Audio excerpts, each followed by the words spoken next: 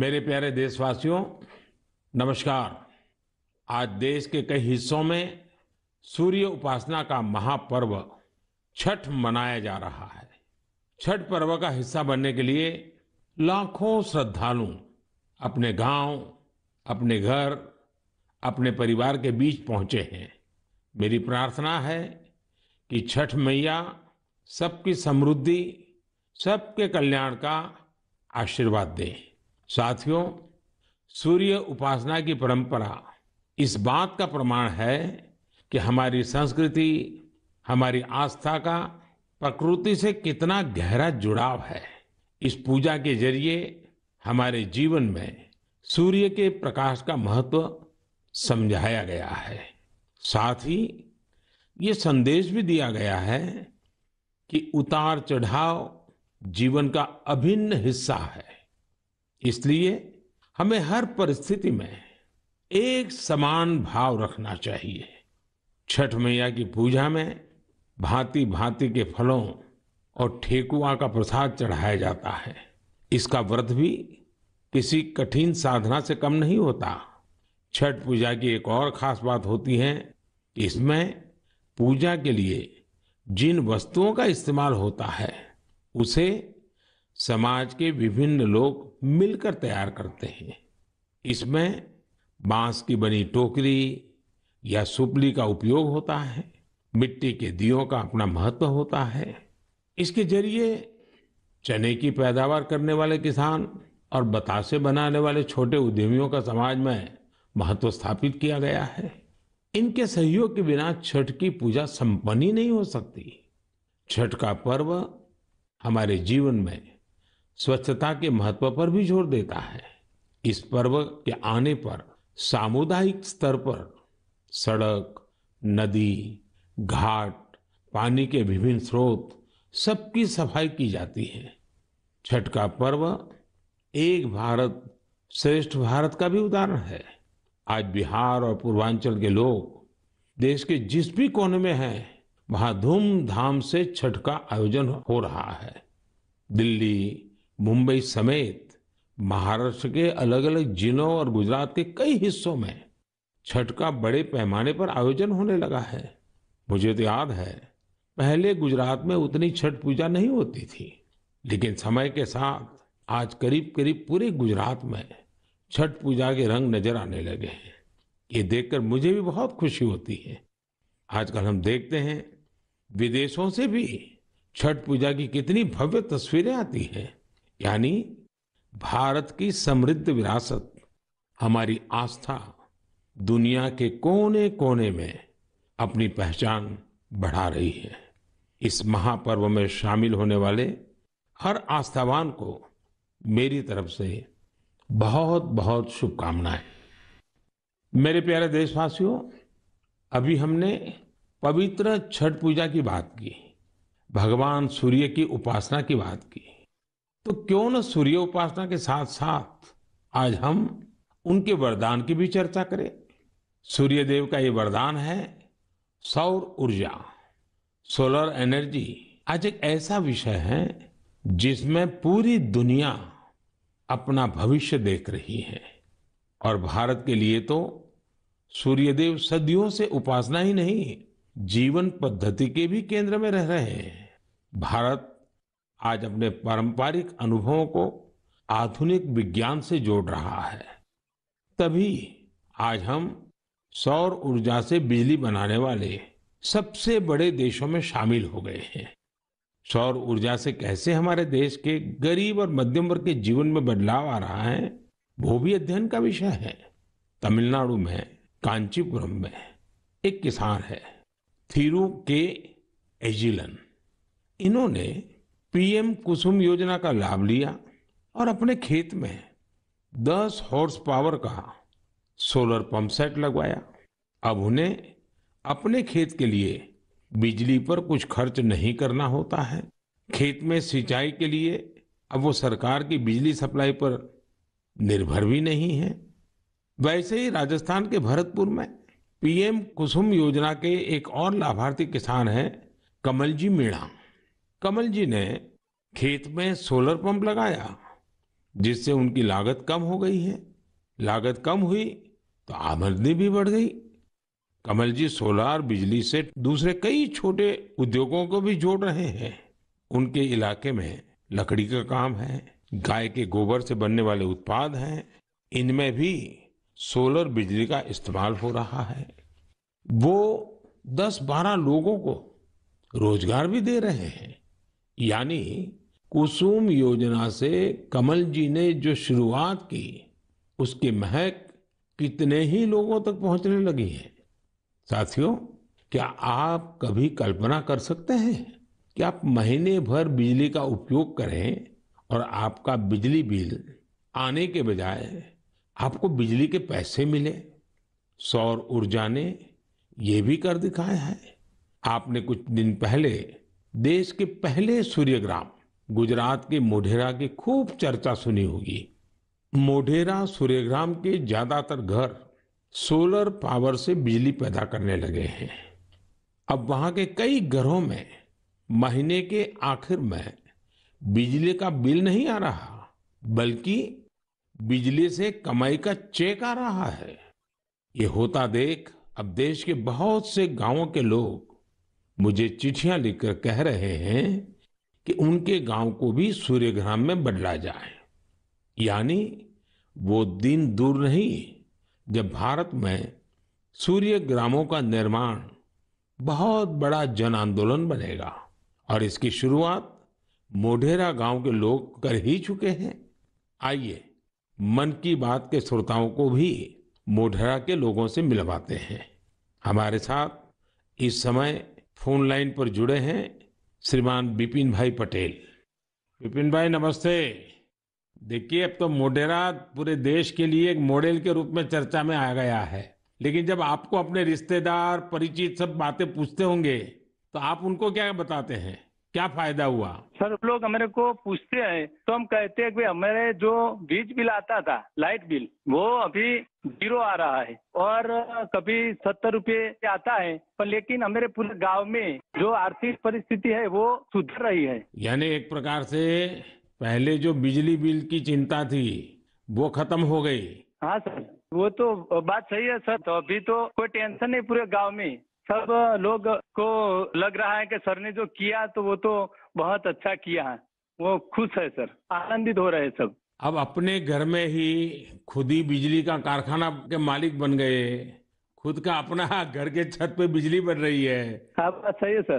तो क्या ये बदलाव जो आया है उसकी गांव के लोगों पे क्या असर है? सर, वो पूरे गांव के लोग वो खेती कर रहे हैं तो फिर मेरे को बिजली की जो झंझट थी तो उसमें मुक्ति हो गई है। बिजली का बिल तो भरना नहीं है, निश्चित हो गए है सर। मतलब बिजली का बिल भी गया और सुविधा बढ़ गई, झंझट भी गया सर। और सब जब आप यहाँ आए थे और तो 3D शो जो यहाँ उद्घाटन किया तो इसके बाद तो मोढेरा गांव में 4 चांद लग गए सर। और वो जो सेक्रेटरी आए थे सर, जी जी, तो वो गांव फेमस हो गया सर। या यूएन के सेक्रेटरी जनरल, उनकी खुद की इच्छा थी। उन्होंने मुझे बड़ा आग्रह किया कि भाई इतना बड़ा काम किया है तो मैं वहां जाके देखना चाहता हूँ। चलिए विपिन भाई, आपको और आपके गांव के सब लोगों को मेरी तरफ से बहुत बहुत शुभकामनाएं। और दुनिया आप में से प्रेरणा ले और ये सोलर एनर्जी का अभियान घर घर चले। ठीक है सर, वो हम लोगों को बताएंगे कि भाई सोलर लगवाओ, आपके पैसे से भी लगवाओ तो बहुत फायदा है। हाँ, लोगों को समझाइए। चलिए, बहुत बहुत शुभकामनाएं। धन्यवाद भैया। Thank you sir, thank you sir. मेरा जीवन धन्य हो गया आपसे बात करके। विपिन भाई का बहुत बहुत धन्यवाद। आइए अब मोढेरा गांव में वर्षाबेन से भी बात करेंगे। हेलो, नमस्ते सर। नमस्ते नमस्ते। वर्षाबेन कैसी हैं आप? बहुत अच्छे हैं सर, आप कैसे हैं? मैं बहुत ठीक हूँ। हम धन्य हो गए सर आपसे बात करके। अच्छा वर्षाबेन, हाँ, आप मोढेरा में, आप तो एक तो फौजी परिवार से हैं। फौजी परिवार से हूँ मैं, आर्मी एक्समैन की वाइफ बोल रही हूँ सर। तो पहले हिंदुस्तान में कहाँ कहाँ जाने का मौका मिला आपको? मुझे राजस्थान में मिला, गांधीनगर में मिला, कटरा का जो जम्मू है वहाँ पर मिला मौका साथ में रहने का। बहुत सुविधा वहाँ पर मिल रही थी सर। और ये फौज में होने के कारण आप हिंदी भी बढ़िया बोल रही हो। हाँ, सीखा है सर। मुझे बताइए, मोढेरा में जो इतना बड़ा परिवर्तन आया, ये सोलर रूफटॉप प्लांट आपने लगवा दिया, जो शुरू में लोग कह रहे होंगे तब तो आपको मन में आया होगा ये क्या मतलब है, क्या कर रहे हैं, क्या होगा, ऐसे थोड़ी बिजली आती है, सब बातें हैं कि आपके मन में आई होगी। अब क्या अनुभव आ रहा है, इसका फायदा क्या हुआ है? बहुत सर, फायदा तो फायदा ही फायदा हुआ है सर। हमारे गांव में तो रोज दिवाली मनाई जाती है आपकी वजह से। 24 घंटे हमें बिजली मिल रही है, बिल तो आता ही नहीं है बिल्कुल। हमारे घर में हमने इलेक्ट्रिक सब चीजें घर में ला रखी है सर, सब यूज कर रहे हैं हम आपकी वजह से सर। बिल आता ही नहीं है तो हम फ्री माइंड से सब यूज कर सकते हैं ना। ये बात सही है, आपने बिजली का अधिकतम उपयोग करने के लिए भी मन बना लिया है। बना लिया सर, बना लिया। अभी हमें कोई दिक्कत ही नहीं है, हम फ्री माइंड से सब जो वॉशिंग मशीन है, एसी है, सब चला सकते हैं सर। और गांव के बाकी लोग भी खुश हैं इसके कारण? बहुत बहुत खुश है सर। अच्छा, ये आपके पतिदेव तो वहाँ सूर्य मंदिर में काम करते हैं, तो वहाँ वो जो लाइट शो हुआ, इतना बड़ा इवेंट हुआ और अभी दुनिया भर के मेहमान आ रहे हैं। दुनिया भर के फॉरेनर आ सकते हैं और सर आपने वर्ल्ड में प्रसिद्ध कर दिया है हमारे गांव को। तो आपके पति को अब काम बढ़ गया होगा, इतने मेहमान वहाँ मंदिर में देखने के लिए आ रहे हैं। अरे कोई बात नहीं, जितना भी काम बढ़े सर, कोई बात नहीं, इसकी हमें कोई दिक्कत नहीं है हमारे पति को। बस आप विकास करते जाओ हमारे गांव का। अब गांव का विकास तो हम सबको मिल करके करना है। हाँ हाँ सर, हम आपके साथ हैं। और मैं तो मोढेरा के लोगों का अभिनंदन करूंगा, क्योंकि गांव ने इस योजना को स्वीकार किया और उनको विश्वास हो गया कि हाँ, हम अपने घर में बिजली बना सकते हैं। 24 घंटे सर हमारे घर में बिजली आती है और हम बहुत खुश हैं। चलिए, मेरी आपको बहुत शुभकामनाएं हैं। जो पैसे बचे हैं इसका बच्चों के भलाई के लिए उपयोग कीजिए। उन पैसों का उपयोग अच्छा हो ताकि आपका जीवन को फायदा हो। मेरी आपको बहुत शुभकामनाएं हैं और सब मोढेरा वालों को मेरे नमस्कार। साथियों, वर्षाबेन और विपिन भाई ने जो बताया है वो पूरे देश के लिए, गांवों शहरों के लिए एक प्रेरणा है। मोढेरा का ये अनुभव पूरे देश में दोहराया जा सकता है। सूर्य की शक्ति अब पैसे भी बचाएगी और आय भी बढ़ाएगी। जम्मू कश्मीर के श्रीनगर से एक साथी हैं मंजूर अहमद लईवाल। कश्मीर में सर्दियों के कारण बिजली का खर्च काफी होता है। इसी कारण मंजूर जी का बिजली का बिल भी 4,000 रुपये से ज्यादा आता था। लेकिन जब से मंजूर जी ने अपने घर पर सोलर रूफटॉप प्लांट लगवाया है, उनका खर्च आधे से भी कम हो गया है। ऐसे ही ओडिशा की एक बेटी कुन्नी देवरी सौर ऊर्जा को अपने साथ साथ दूसरी महिलाओं के रोजगार का माध्यम बना रही है। कुन्नी ओडिशा के केंदुझर जिले के करदापाल गांव में रहती है। वो आदिवासी महिलाओं को सोलर से चलने वाली रीलिंग मशीन पर सिल्क की कताई की ट्रेनिंग देती है। सोलर मशीन के कारण इन आदिवासी महिलाओं पर बिजली के बिल का बोझ नहीं पड़ता और उनकी आमदनी हो रही है। यही तो सूर्यदेव की सौर ऊर्जा का वरदान ही तो है। वरदान और प्रसाद तो जितना विस्तार हो उतना ही अच्छा होता है। इसलिए मेरी आप सबसे प्रार्थना है, आप भी इसमें जुड़े और दूसरों को भी जोड़े। मेरे प्यारे देशवासियों, अभी मैं आपसे सूरज की बातें कर रहा था। अब मेरा ध्यान स्पेस की तरफ जा रहा है। वो इसलिए क्योंकि हमारा देश सोलर सेक्टर के साथ ही स्पेस सेक्टर में भी कमाल कर रहा है। पूरी दुनिया आज भारत की उपलब्धियां देखकर हैरान है। इसलिए मैंने सोचा मन की बात के श्रोताओं को ये बताकर मैं उनकी भी खुशी बढ़ाऊं। साथियों, अब से कुछ दिन पहले आपने देखा होगा, भारत ने एक साथ 36 सैटेलाइट्स को अंतरिक्ष में स्थापित किया है। दिवाली से ठीक एक दिन पहले मिली ये सफलता एक प्रकार से ये हमारे युवाओं की तरफ से देश को एक स्पेशल दिवाली गिफ्ट है। इस लॉन्चिंग से कश्मीर से कन्याकुमारी और कच्छ से कोहिमा तक पूरे देश में डिजिटल कनेक्टिविटी को और मजबूती मिलेगी। इसकी मदद से बेहद दूर दराज के इलाके भी देश के बाकी हिस्सों से और आसानी से जुड़ जाएंगे। देश जब आत्मनिर्भर होता है तो कैसे सफलता की नई ऊंचाई पर पहुंचता जाता है, ये इसका भी एक उदाहरण है। आपसे बात करते हुए मुझे वो पुराना समय भी याद आ रहा है जब भारत को क्रायोजेनिक रॉकेट टेक्नोलॉजी देने से मना कर दिया गया था, लेकिन भारत के वैज्ञानिकों ने ना सिर्फ स्वदेशी टेक्नोलॉजी विकसित की, बल्कि आज इसकी मदद से एक साथ दर्जनों सैटेलाइट्स अंतरिक्ष में भेज रहा है। इस लॉन्चिंग के साथ भारत ग्लोबल कॉमर्शियल मार्केट में एक मजबूत प्लेयर बनकर उभरा है। इससे अंतरिक्ष के क्षेत्र में भारत के लिए अवसरों के नए द्वार भी खुले हैं। साथियों, विकसित भारत का संकल्प लेकर चल रहा हमारा देश सबका प्रयास से ही अपने लक्ष्यों को प्राप्त कर सकता है। भारत में पहले स्पेस सेक्टर सरकारी व्यवस्थाओं के दायरे में ही सिमटा हुआ था।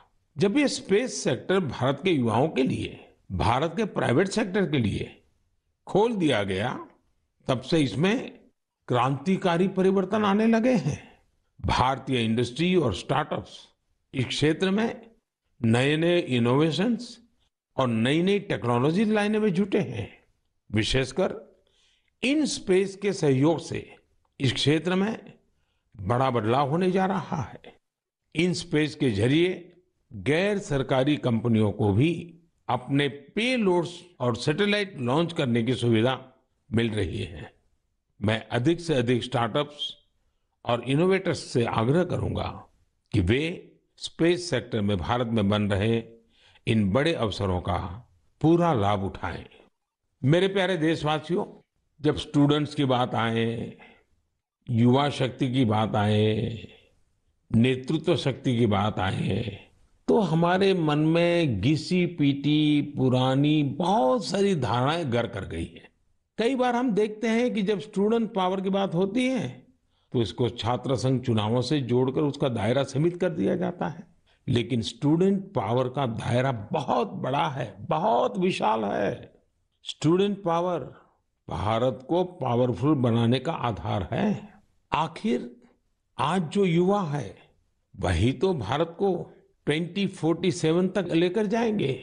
जब भारत शताब्दी मनाएगा, युवाओं की ये शक्ति, उनकी मेहनत, उनका पसीना, उनकी प्रतिभा भारत को उस ऊंचाई पर लेकर जाएगी जिसका संकल्प देश आज ले रहा है।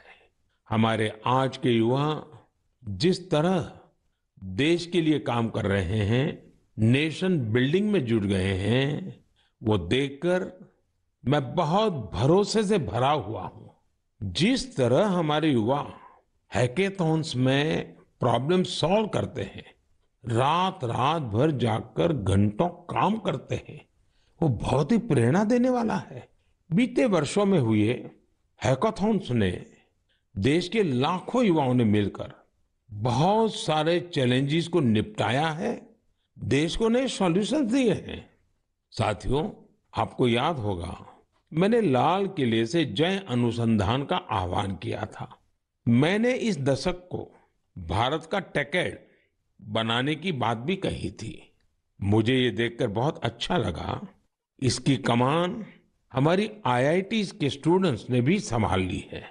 इसी महीने 14-15 अक्टूबर को सभी 23 आईआईटीज अपने इनोवेशंस और रिसर्च प्रोजेक्ट को प्रदर्शित करने के लिए पहली बार एक मंच पर आए। इस मेले में देश भर से चुनकर आए स्टूडेंट्स और रिसर्चर्स, उन्होंने 75 से अधिक बेहतरीन प्रोजेक्ट्स को प्रदर्शित किया। Health care, agriculture, robotics, semiconductors, 5G communications, ऐसी ढेर सारी थीम्स पर ये प्रोजेक्ट बनाए गए थे। वैसे तो ये सारे ही प्रोजेक्ट एक से बढ़कर एक थे, लेकिन मैं कुछ प्रोजेक्ट्स के बारे में आपका ध्यान आकर्षित करना चाहता हूं। जैसे आईआईटी भुवनेश्वर की एक टीम ने नवजात शिशुओं के लिए पोर्टेबल वेंटिलेटर विकसित किया है। ये बैटरी से चलता है और इसका उपयोग दूर दराज के क्षेत्रों में आसानी से किया जा सकता है। ये उन बच्चों का जीवन बचाने में बहुत मददगार साबित हो सकता है जिनका जन्म तय समय से पहले हो जाता है। इलेक्ट्रिक मोबिलिटी हो, ड्रोन टेक्नोलॉजी हो, 5G हो, हमारे बहुत सारे छात्र इनसे जुड़ी नई टेक्नोलॉजी विकसित करने में जुटे हैं। कई सारी IITs मिलकर एक बहुभाषक प्रोजेक्ट पर भी काम कर रही है, जो स्थानीय भाषाओं को सीखने के तरीके को आसान बनाता है। ये प्रोजेक्ट नई राष्ट्रीय शिक्षा नीति को, उन लक्ष्यों को प्राप्ति में भी बहुत मदद करेगा। आपको ये जानकर भी अच्छा लगेगा कि IIT मद्रास और IIT कानपुर ने भारत के स्वदेशी 5G टेस्ट बेड को तैयार करने में अग्रणी भूमिका निभाई है। निश्चित रूप से यह एक शानदार शुरुआत है। मुझे आशा है कि आने वाले समय में इस तरह के कई और प्रयास देखने को मिलेंगे। मुझे यह भी उम्मीद है कि IIT से प्रेरणा लेकर दूसरे इंस्टीट्यूशंस भी अनुसंधान एवं विकास से जुड़ी अपनी एक्टिविटीज में तेजी लाएंगे। मेरे प्यारे देशवासियों, पर्यावरण के प्रति संवेदनशीलता हमारे समाज के कण कण में समाहित है और इसे हम अपने चारों ओर महसूस कर सकते हैं। देश में ऐसे लोगों की कमी नहीं जो पर्यावरण की रक्षा के लिए अपना जीवन खपा देते हैं। कर्नाटका के बेंगलुरु में रहने वाले सुरेश कुमार जी से भी हम बहुत कुछ सीख सकते हैं। उनमें प्रकृति और पर्यावरण की रक्षा के लिए गजब का जुनून है। 20 साल पहले उन्होंने शहर के सहकार नगर के एक जंगल को फिर से हरा भरा करने का बीड़ा उठाया था। ये काम मुश्किलों से भरा था, लेकिन 20 साल पहले लगाए गए वो पौधे आज 40-40 फीट ऊंचे विशालकाय पेड़ बन चुके हैं। अब इनकी सुंदरता हर किसी का मन मोह लेती है। इससे वहां रहने वाले लोगों को भी बड़े गर्व की अनुभूति होती है। सुरेश कुमार जी और एक अद्भुत काम भी करते हैं। उन्होंने कन्नड़ा भाषा और संस्कृति को बढ़ावा देने के लिए सहकार नगर में एक बस शेल्टर भी बनाया है। वो सैकड़ों लोगों को कन्नड़ा में लिखी ब्रास प्लेट्स भी भेंट कर चुके हैं। इकोलॉजी और कल्चर दोनों साथ साथ आगे बढ़े और फले फूले। सोचिए, ये कितनी बड़ी बात है। साथियों, आज इको फ्रेंडली लिविंग और इको फ्रेंडली प्रोडक्ट्स को लेकर लोगों में पहले से कहीं अधिक जागरूकता दिख रही है। मुझे तमिलनाडु के एक ऐसे ही दिलचस्प प्रयास के बारे में भी जानने का मौका मिला। ये शानदार प्रयास कोयम्बटूर के अनाईकट्टी में आदिवासी महिलाओं की एक टीम का है। इन महिलाओं ने निर्यात के लिए 10,000 eco friendly terracotta tea cup का निर्माण किया। कमाल की बात तो ये है कि टेराकोटा टी कप्स बनाने की पूरी जिम्मेदारी इन महिलाओं ने खुद ही उठाई। क्ले मिक्सिंग से लेकर फाइनल पैकेजिंग तक सारे काम स्वयं किए। इसके लिए इन्होंने प्रशिक्षण भी लिया था। इस अद्भुत प्रयास की जितनी भी प्रशंसा की जाए कम है। साथियों, त्रिपुरा के कुछ गांवों ने भी बड़ी अच्छी सीख दी है। आप लोगों ने बायो विलेज तो जरूर सुना होगा, लेकिन त्रिपुरा के कुछ गांव बायो विलेज 2 की सीढ़ी चढ़ गए हैं।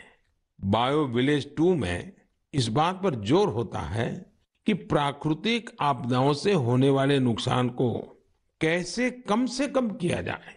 इसमें विभिन्न उपायों से लोगों के जीवन स्तर को बेहतर बनाने पर पूरा ध्यान दिया जाता है। Solar energy, biogas, beekeeping और बायो फर्टिलाइजर, इन सब पर पूरा फोकस रहता है। कुल मिलाकर अगर देखें तो जलवायु परिवर्तन के खिलाफ अभियान को बायो विलेज 2 बहुत मजबूती देने वाला है। मैं देश के अलग अलग हिस्सों में पर्यावरण संरक्षण को लेकर बढ़ रहे उत्साह को देखकर बहुत ही खुश हूं। कुछ दिन पहले ही भारत में पर्यावरण की रक्षा के लिए समर्पित मिशन लाइफ को भी लॉन्च किया गया है। मिशन लाइफ का सीधा सिद्धांत है, ऐसी जीवन शैली, ऐसी लाइफस्टाइल को बढ़ावा जो पर्यावरण को नुकसान न पहुंचाए। मेरा आग्रह है कि आप भी मिशन लाइफ को जानिए, उसे अपनाने का प्रयास कीजिए। साथियों, कल 31 अक्टूबर को राष्ट्रीय एकता दिवस है। सरदार वल्लभ भाई पटेल जी की जन्म जयंती का पुण्य अवसर है। इस दिन देश के कोने कोने में रन फॉर यूनिटी का आयोजन किया जाता है।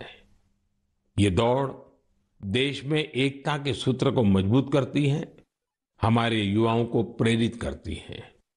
अब से कुछ दिन पहले ऐसी ही भावना हमारे राष्ट्रीय खेलों के दौरान भी देखी है। जुड़ेगा इंडिया तो जीतेगा इंडिया, इस थीम के साथ राष्ट्रीय खेलों ने जहां एकता का मजबूत संदेश दिया, वहीं भारत की खेल संस्कृति को भी बढ़ावा देने का काम किया है। आपको यह जानकर खुशी होगी कि हम भारत में राष्ट्रीय खेलों का अब तक का सबसे बड़ा आयोजन था। इसमें 36 खेलों को शामिल किया गया, जिसमें 7 नई और 2 स्वदेशी स्पर्धा योगासन और मलखंब भी शामिल रही। गोल्ड मेडल जीतने में सबसे आगे जो 3 टीमें रही, वे हैं सर्विसेज की टीम, महाराष्ट्र और हरियाणा की टीम। इन खेलों में 6 नेशनल रिकॉर्ड्स और करीब करीब 60 नेशनल गेम्स रिकॉर्ड्स भी बने। मैं पदक जीतने वाले, नए रिकॉर्ड बनाने वाले, इस खेल प्रतियोगिता में हिस्सा लेने वाले सभी खिलाड़ियों को बहुत बहुत बधाई देता हूं। मैं इन खिलाड़ियों के सुनहरे भविष्य की कामना भी करता हूं। साथियों, मैं उन सभी लोगों की भी हृदय से प्रशंसा करना चाहता हूं जिन्होंने गुजरात में हुए राष्ट्रीय खेलों के सफल आयोजन में अपना योगदान दिया। आपने देखा है कि गुजरात में तो राष्ट्रीय खेल नवरात्रि के दौरान हुए। इन खेलों के आयोजन से पहले एक बार तो मेरे मन में भी आया कि इस समय तो पूरा गुजरात इन उत्सवों में जुटा होता है, तो लोग इन खेलों का आनंद कैसे ले पाएंगे। इतनी बड़ी व्यवस्था और दूसरी तरफ नवरात्रि के गरबा वगैरह का इंतजाम, ये सारे काम गुजरात एक साथ कैसे कर लेगा। लेकिन गुजरात के लोगों ने अपने आतिथ्य सत्कार से सभी मेहमानों को खुश कर दिया। अहमदाबाद में नेशनल गेम्स के दौरान जिस तरह कला, खेल और संस्कृति का संगम हुआ, वह उल्लास से भर देने वाला था। खिलाड़ी भी दिन में जहां खेल में हिस्सा लेते थे, वहीं शाम को वे गरबा और डांडिया के रंग में डूब जाते थे। उन्होंने गुजराती खाना और नवरात्रि की तस्वीरें भी सोशल मीडिया पर खूब शेयर की। ये देखना हम सभी के लिए बहुत ही आनंददायक था। आखिरकार इस तरह के खेलों से भारत की विविध संस्कृतियों के बारे में भी पता चलता है। ये एक भारत श्रेष्ठ भारत की भावना को भी उतना ही मजबूत करते हैं। मेरे प्यारे देशवासियों, नवंबर महीने में 15 तारीख को हमारा देश जनजातीय गौरव दिवस मनाएगा। आपको याद होगा, देश ने पिछले साल भगवान बिरसा मुंडा की जन्म जयंती के दिन आदिवासी विरासत और गौरव को सेलिब्रेट करने के लिए ये शुरुआत की थी। भगवान बिरसा मुंडा ने अपने छोटे से जीवन काल में अंग्रेजी हुकूमत के खिलाफ लाखों लोगों को एकजुट कर दिया था। उन्होंने भारत की आजादी और आदिवासी संस्कृति की रक्षा के लिए अपना जीवन बलिदान कर दिया था। ऐसा कितना कुछ है जो हम धरती आबा बिरसा मुंडा से सीख सकते हैं। साथियों, जब धरती आबा बिरसा मुंडा की बात आती है, छोटे से उनके जीवन काल की तरफ नजर करते हैं, आज भी हम उसमें से बहुत कुछ सीख सकते हैं। और धरती आबा ने तो कहा था, ये धरती हमारी है, हम इसके रक्षक हैं। उनके इस वाक्य में मातृभूमि के लिए कर्तव्य भावना भी है और पर्यावरण के लिए हमारे कर्तव्यों का एहसास भी है। उन्होंने हमेशा इस बात पर जोर दिया था कि हमें हमारी आदिवासी संस्कृति को भूलना नहीं है, उससे रत्ती भर भी दूर नहीं जाना है। आज भी हम देश के आदिवासी समाजों से प्रकृति और पर्यावरण को लेकर बहुत कुछ सीख सकते हैं। साथियों, पिछले साल भगवान बिरसा मुंडा की जयंती के अवसर पर मुझे रांची के भगवान बिरसा मुंडा म्यूजियम के उद्घाटन का सौभाग्य प्राप्त हुआ था। मैं युवाओं से आग्रह करना चाहूंगा कि उन्हें जब भी समय मिले वे इसे देखने जरूर जाएं। मैं आपको ये भी बताना चाहता हूं कि 1 नवंबर यानी परसों मैं गुजरात राजस्थान के बॉर्डर पर मौजूदा मानगढ़ में रहूंगा। भारत के स्वतंत्रता संग्राम और हमारी समृद्ध आदिवासी विरासत में मानगढ़ का बहुत ही विशिष्ट स्थान रहा है। यहाँ पर नवंबर 1913 में एक भयानक नरसंहार हुआ था, जिसमें अंग्रेजों ने स्थानीय आदिवासियों की निर्ममता पूर्वक हत्या कर दी थी। बताया जाता है कि इस नरसंहार में 1000 से अधिक आदिवासियों को अपनी जान गंवानी पड़ी थी। इस जनजातीय आंदोलन का नेतृत्व गोविंद गुरु जी ने किया था, जिनका जीवन हर किसी को प्रेरित करने वाला है। आज मैं उन सभी आदिवासी शहीदों और गोविंद गुरु जी के अदम्य साहस और शौर्य को नमन करता हूं। हम इस अमृत काल में भगवान बिरसा मुंडा, गोविंद गुरु और अन्य स्वतंत्र सेनानियों के आदर्शों का जितनी निष्ठा से पालन करेंगे, हमारा देश उतनी ही ऊंचाइयों को छुएगा। मेरे प्यारे देशवासियों, आने वाली 8 नवंबर को गुरुपुरब है। गुरु नानक जी का प्रकाश पर्व जितना हमारी आस्था के लिए महत्वपूर्ण है, उतना ही हमें इससे सीखने को भी मिलता है। गुरु नानक देव जी ने अपने पूरे जीवन मानवता के लिए प्रकाश फैलाया। पिछले कुछ वर्षों में देश ने गुरुओं के प्रकाश को जन जन तक पहुंचाने के लिए अनेकों प्रयास किए हैं। हमें गुरु नानक देव जी का 550वां प्रकाश पर्व देश और विदेश में व्यापक स्तर पर मनाने का सौभाग्य मिला था। दशकों के इंतजार के बाद करतारपुर साहिब कॉरिडोर का निर्माण होना भी उतना ही सुखद है। कुछ दिन पहले ही मुझे हेमकुंड साहिब के लिए रोपवे के शिलान्यास का भी सौभाग्य मिला है। हमें हमारे गुरुओं के विचारों से लगातार सीखना है, उनके लिए समर्पित रहना है। इसी दिन कार्तिक पूर्णिमा का भी है। इस दिन हम तीर्थों में, नदियों में स्नान करते हैं, सेवा और दान करते हैं। मैं आप सभी को इन पर्वों की हार्दिक बधाई देता हूं। आने वाले दिनों में कई राज्य अपने राज्य दिवस भी मनाएंगे। आंध्र प्रदेश अपना स्थापना दिवस मनाएगा, केरला पिरावी मनाया जाएगा, कर्नाटका राज्योत्सव मनाया जाएगा। इसी तरह मध्य प्रदेश, छत्तीसगढ़ और हरियाणा भी अपने राज्य दिवस मनाएंगे। मैं इन सभी राज्यों के लोगों को शुभकामनाएं देता हूं। हमारे सभी राज्यों में एक दूसरे से सीखने की, सहयोग करने की और मिलकर काम करने की स्पिरिट जितनी मजबूत होगी, देश उतना ही आगे जाएगा। मुझे विश्वास है हम इसी भावना से आगे बढ़ेंगे।